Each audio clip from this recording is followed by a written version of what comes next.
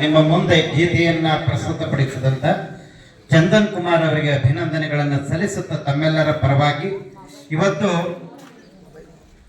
ಬಹಳ ಒಂದು ಸುದೈವ ದಿನ ಅಂತ ನಾವು ಮೊದಲೇ ಹೇಳಿದ್ವಿ. ಏನು ಇವತ್ತು ಪರಮ ಪೂಜ್ಯರು ನಿಮ್ಮ ಬೋರಿಗೆ ಆಗಮಿಸಿದರೆ ಇದು ಕೇವಲ ನಮ್ಮ ವಿನೂತ್ ಅವರು ಹೇಳಿದಾಗೆ ಒಂದು ರಾತ್ರಿಯಲ್ಲಿ ನಿಗದಿಯಾದಂತ ಕಾರ್ಯಕ್ರಮ. ನಾವೆಲ್ಲ ಒಂದು ಕಾರ್ಯಕ್ರಮ ಮಾಡಬೇಕು ಅಂದ್ರೆ ಒಂದು ವಾರ 15 ದಿವಸ ಗುದ್ದಾಡ್ತಾ ಇರ್ತೀವಿ. ಆದ್ರೆ ಇವತ್ತು ಕೇವಲ ಒಂದು 6-7 ಗಂಟೆಯಲ್ಲಿ ಒಂದು 12 ಗಂಟೆಯಲ್ಲಿ ಯೋಚನೆ ಮಾಡಿ ಪರಮ ಪೂಜ್ಯರು ಅವರು ವಿನೂತ್ ಅವ್ರಿಗೆ ಹೇಳ್ತಾ ಇದ್ರಂತೆ, ನಿಸರ್ಗ ನಮಗೂ ಕೂಡ ಮಳೆ ಬರಲ್ಲ, ನೀವು ಸುಮ್ಮನೆ ಮಾಡಿ ಅಂತ ಹೇಳಿ. ಹಾಗೆ ಇವತ್ತು ನಾವು ಏನ್ ದೃಢ ಸಂಕಲ್ಪವನ್ನು ಇಟ್ಕೊಂಡು ಎಷ್ಟು ಚೆನ್ನಾಗಿ ಕಾರ್ಯಕ್ರಮ ಅಂತಂದ್ರೆ ಎಲ್ಲ ಅಷ್ಟೊಂದು ಭಕ್ತಿಯಿಂದ ಪರಮ ಪೂಜ್ಯರನ್ನು ಕೇಳ್ತಾ ಇದ್ದೀನಿ. ಅದರಿಂದ ನಮ್ಮ ಮಲೆಯಪ್ಪನ ಕೊಪ್ಪಲಿನ ಎಲ್ಲ ಗ್ರಾಮಸ್ಥರಿಗೆ ನಾನು ಶ್ರೀಮಠದ ವತಿಯಿಂದ ತುಂಬ ಹೃದಯದ ಅಭಿನಂದನೆಗಳನ್ನ ಸಲ್ಲಿಸ್ತಾ ಇದ್ದೀನಿ.